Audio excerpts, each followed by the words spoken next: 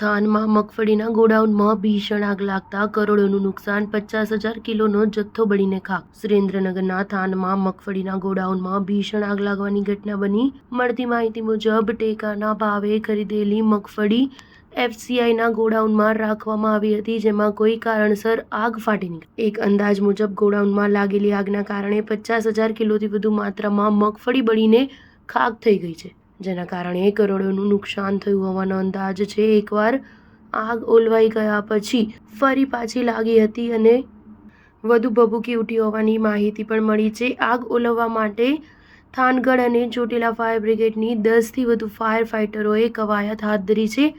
આગ કયા કારણોથી લાગી તે અંગે હજુ માહિતી મળી શકી નથી. સ્ટાર ન્યૂઝ 7 હંમેશા સચ્ચાઈની સાથે.